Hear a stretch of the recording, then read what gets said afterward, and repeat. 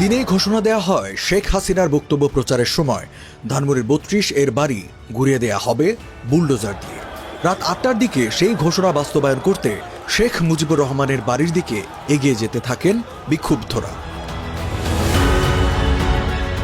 রাত ৮টার পরপরই ফটক ভেঙে ভবনের ভেতরে প্রবেশ করেন শিক্ষার্থী জনতা।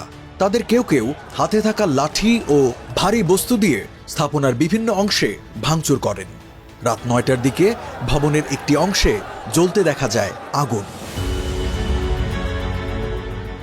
শিক্ষার্থী জনতা বাড়ির ভেতরে এবং বাইরে অবস্থান করে স্লোগান দিতে থাকেন।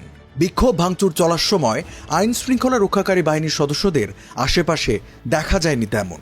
এক পর্যায়ে ৩২ নম্বরের বাড়িতে প্রবেশ করেন সেনাবাহিনীর সদস্যরা। এ সময় উপস্থিত ছাত্র জনতা হইচই শুরু করলে সেনা সদস্যরা সেখান থেকে বের হয়ে মিরপুর রোডে অবস্থান নেন। পরে বুলডোজার দিয়ে গুঁড়িয়ে দেয়া হয় বাড়িটি। প্রায় একই সময়ে দেশের বিভিন্ন স্থানে আওয়ামী লীগের নেতাকর্মীদের বাড়িতে হয় হামলা ও ভাঙচুর। খুলনায় রাত ৯টার দিকে শেখ বাড়ি ভেঙে ফেলেন বিক্ষুব্ধ জনতা। পরে সেখানে দুটি বুলডোজার এনে আরও বাড়ানো হয় ভাঙচুরের মাত্রা। রাজশাহী বিশ্ববিদ্যালয়ের বঙ্গবন্ধু শেখ মুজিবুর রহমান হলের নাম ফলক ভেঙে দিয়েছেন একদল বিক্ষুব্ধ শিক্ষার্থী। রাত ৯:১০টার দিকে বিশ্ববিদ্যালয়ের জোহা চত্বরে পূর্ব ঘোষিত কর্মসূচির অংশ হিসেবে জমায়েত হন শিক্ষার্থীরা।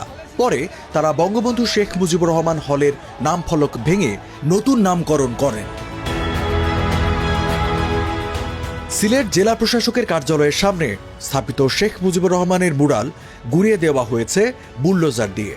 ৫ ফেব্রুয়ারি বুধবার রাতে মুরালটি ভেঙে ফেলা হয়। এর আগে বন্দরবাজার এলাকায় বিক্ষোভ সমাবেশ করেন বৈষম্য বিরোধী ছাত্র আন্দোলনের নেতারা। ক্ষমতাচ্যুত প্রধানমন্ত্রী শেখ হাসিনার যে ভার্চুয়াল অধিবেশন ঘিরে দেশের বিভিন্ন স্থানে এই হামলা ভাঙচুর, সেটি নির্ধারিত সময়ে রাত ৯টার দিকেই প্রচারিত হয় দলটির ভেরিফাইড ফেসবুকে। এর আগেই এই ভাষণ প্রচার নিয়ে বার্তা দেন বৈষম্য বিরোধী ছাত্র আন্দোলনের আহ্বায়ক হাসনাত আব্দুল্লাহ। তিনি বলেন, হাসিনার ভাষণ যদি কোনো গণমাধ্যমে প্রচার করা হয় তাহলে ধরে নিতে হবে সেই গণমাধ্যম হাসিনাকে সহযোগিতা করছে, জাতির আশা আকাঙ্ক্ষার বিরুদ্ধে অবস্থান নিচ্ছে।